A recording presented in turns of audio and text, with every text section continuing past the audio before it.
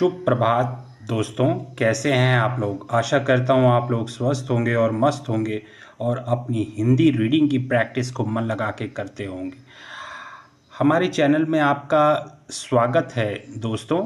और हमारे चैनल पे आपको हिंदी रीडिंग, हिंदी लिखना, ये सब को सिखाया जाता है। ठीक है, तो दोस्तों आज की रीडिंग में देखते हैं कि हम कौन सी कहानी की रीडिंग करने वाले हैं। देखते हैं शीर्षक क्या है, अनमोल सुझाव। ठीक है, आज हम अनमोल सुझाव नाम की एक कहानी का अध्ययन करने वाले हैं। ठीक है दोस्तों, चलिए शुरुआत करते हैं।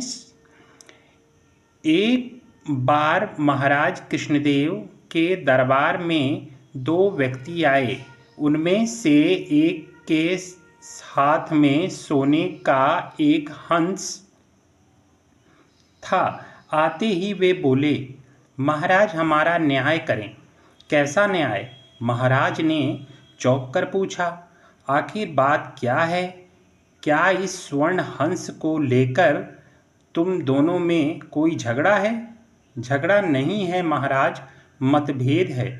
एक व्यक्ति जिसके हाथ में हंस था बोला, दरअसल हम दोनों आपस में मित्र हैं। हुआ यह महाराज कि मेरी तंगी की हालत में मेरे इस दोस्त ने मुझे अपने खेत की कुछ ज़मीन जोतने के लिए दी थी। जब एक दिन मैं उसी ज़मीन पर हल चला रहा था तो मुझे यह स्वर्ण हंस मिला। मैं यह हंस लेकर जब अपने इस दोस्त के पास पहुंचा तो यह इसे लेने से इनकार कर रहा है। बड़ी अजीब बात है दोस्तों, स्वर्ण हंस लेने से इनकार कर रहा है। मैं कैसे ले लूं महाराज? जब मैंने वह जमीन अपने मित्र को दी थी तो उसमें से उत्पन्न होने वाली हर चीज पर इसी का हक है। किंतु जमीन तो इसकी है महाराज, मगर वह जमीन मैं इसे दे चुका हूँ। इस प्रकार दोनों अपनी अपनी बात पर अड़े हुए थे। महाराज भी उनकी सच्चाई से अत्यधिक प्रभावित हुए। उनके समक्ष ऐसा मुकदमा पहली बार आया था जिसमें ना कोई चोर था और ना साहूकार।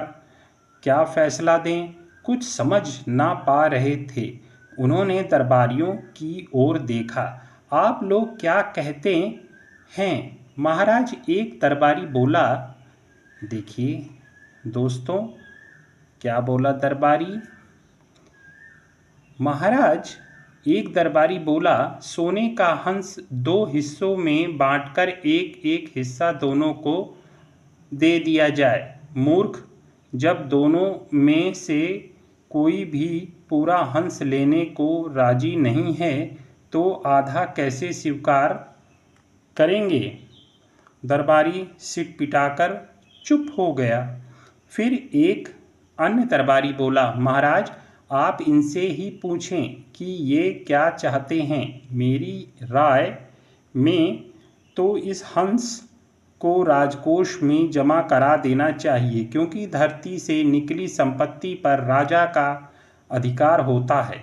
हम ऐसा ही करते यदि ये लोग चोरी से इस संपत्ति को अपने पास रख लेते। किंतु इन दोनों में बड़ी अजीब विडंबना है दोस्तों। अब देखिए इसका किस तरह से न्याय होता है। चलिए आगे देखते हैं कि क्या हुआ क्या नहीं हुआ। अब इन दोनों में से कोई लालची नहीं है, बल्कि दोनों ही सच्चे और ईमानदार हैं। अतः इस संपत्ति का कुछ ऐसा प्रयोग हो जिससे इन दोनों मित्रों की मित्रता की मिसाल कायम हो जाए। दरबारी अपनी अपनी राय देते रहे। किसी ने कहा कुछ कुएं खुदवाए जाएं, किसी ने धर्मशाला का सुझाव दिया, किसी ने मंदिर का सुझाव दिया, मगर महाराज को कोई सुझाव पसंद न आया। फिर उन्होंने तेनालीराम की ओर देखा। इशारा पाकर तेनालीराम बोले, महाराज, मेरा निवेदन है कि इस हंस को महाराज जौहरियों से मोल लगवाकर स्वयं खरीद लें तथा उस धन से इन दोनों की मित्रता के नाम पर एक स्वर्णहंस उद्यान का निर्माण हो, जिसमें छायादार वृक्ष व दुर्लभ फल फूल वाले पौधे हों। उद्यान में एक शानदार सरोवर हो।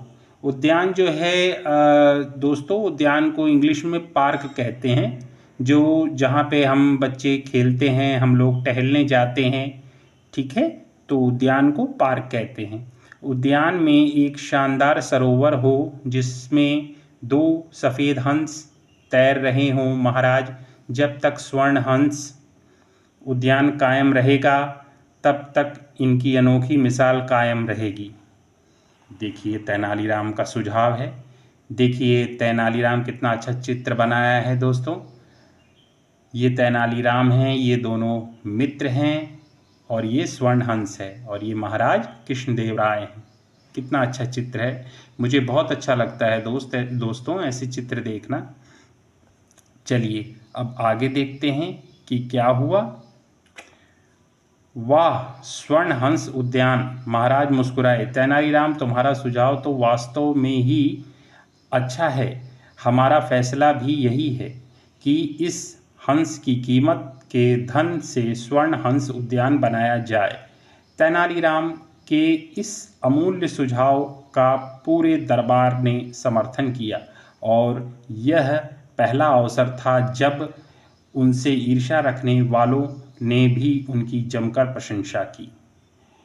देखिए दोस्तों, कितनी गहरी दोस्ती की मिसाल थी इन दोनों में, जिन्होंने अपनी ईमानदारी और सच्ची दोस्ती दिखाई। और तेनालीराम की बुद्धि की भी प्रशंसा करनी पड़ेगी दोस्तों कि उन्होंने एक ऐसा सुझाव दिया जो सबको पसंद आया।